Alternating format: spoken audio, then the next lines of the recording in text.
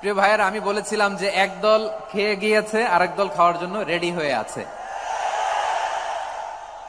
তো এখানে কি আমি কোনো দলের নাম বলেছি?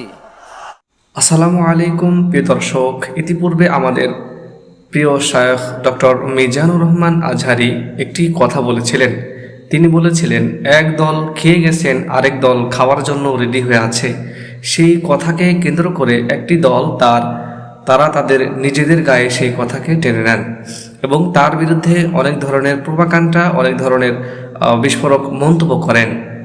সেই কথার সঠিক জবাবই আজকে তিনি তুলে ধরলেন। চলুন সেই কথাগুলো আমরা শুনে আসি। আমি দেখেছি আমার গত সপ্তাহের যশোরের আলোচনার একটা লাইনকে কেন্দ্র করে আমাদের অনেক রাজনীতিবিদ বন্ধুরা অনেক ক্ষুব্ধ প্রতিক্রিয়া দেখাচ্ছেন। ওই কথাকে নিজেদের গায়ে টেনে, নিজেদের গায়ে মেখে ওনারা ক্ষুব্ধ হয়েছেন। প্রিয় ভাইয়েরা, আমি বলেছিলাম যে এক দল খেয়ে গিয়েছে, আরেক দল খাওয়ার জন্য রেডি হয়ে আছে। তো এখানে কি আমি কোনো দলের নাম বলেছি? বাংলাদেশে 48টা প্রায় নিবন্ধিত রাজনৈতিক দল, কোন দলের নাম আমি বলিনি। কথাটাকে আমি জেনারেল রেখেছি। দায়ীদের বৈশিষ্ট্যই এটা, দায়ীরা জেনারেলি কথা বলে, যার যেই মেসেজ নেয়ার তারা সেখান থেকে নিয়ে নেয়।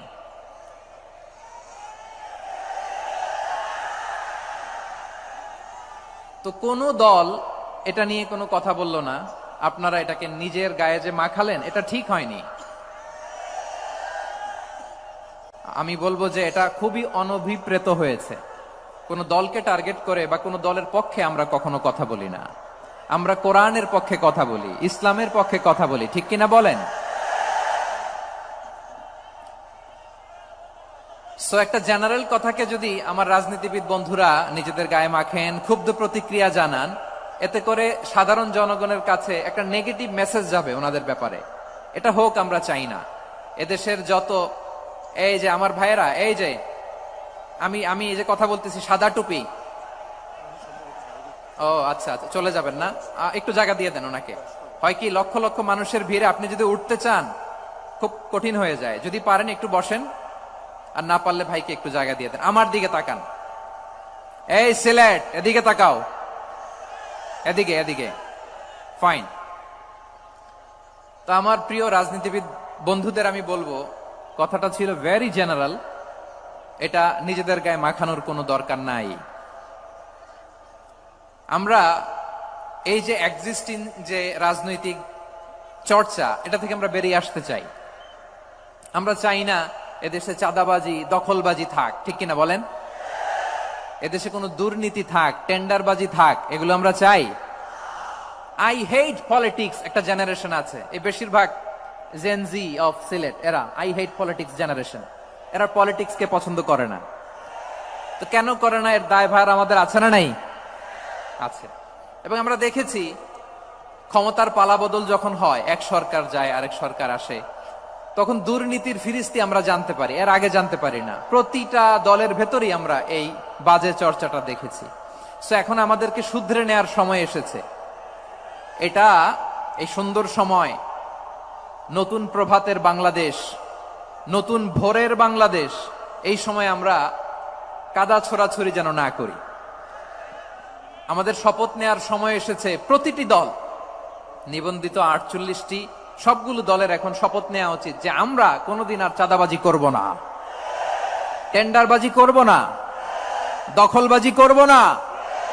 আমরা সবসময় দেশের পক্ষে থাকব, সবসময় দেশের পক্ষে থাকব। সেই কথাগুলো ছিল ভেরি জেনারেল। যে কথাগুলো আমরা জেনারেলি বলি, এগুলো জেনারেলি আপনারা নিবেন। আমার রাজনীতিবিদ বন্ধুদের কাছে এটাই আমার কামনা। আর এই জাতীয় বার্তা যখন আমরা দেই, তখন যদি আপনি বলেন যে পারলে রাজনীতিতে আসেন, পারলে দল করে দেখান, এটা হইল? আমি কি এরকম কোনো কথা বলেছি? না। আমি একজন মুফাসসিরে কোরআন, আমি একজন আলেম। এর বাইরেও আমার সবচেয়ে বড় পরিচয়, I am a citizen of Bangladesh. আমি বাংলাদেশের একজন সাধারণ নাগরিক।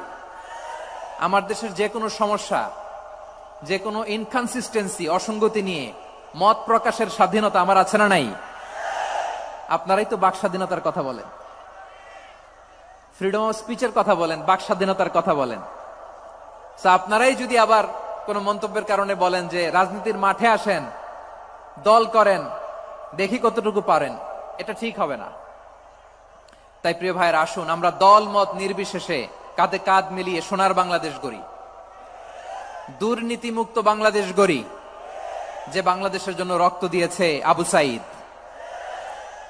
যে নতুন ভোরের বাংলাদেশের জন্য রক্ত দিয়েছে মুগ্ধরা, যে নতুন বাংলাদেশের জন্য রক্ত ঝরিয়েছে 24-এর যে গণ অভ্যুত্থানের প্রত্যেকটি শহীদের আওয়াজ করে বলেন ঠিক কিনা?